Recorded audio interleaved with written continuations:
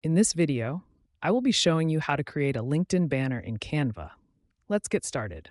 First, I go to the search bar on the Canva homepage and type in LinkedIn banner. After the results load, I take a moment to scroll through the various templates to find one that fits the professional look I want. I decide on this bold black and gold legal advisor template. I click on it and then select Customize this template to open it in the editor. Once the design loads, I click on the phone number and email address. I group them together so I can easily move them as one unit. Now I head over to the Elements tab on the left and search for a website icon. I select a clean globe graphic, resize it to match the other icons, and place it right next to the email address. Next, I duplicate the email text box and move it over to the right.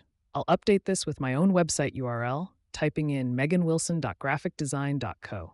I'll adjust the text box size and placement to keep the layout balanced. Now it's time to update the main text. I click on the name and change it to Megan Wilson. Below that, I'll update the profession to graphic designer.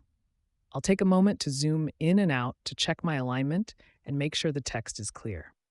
To add a bit more visual interest, I go back to the Elements tab and search for a white gradient.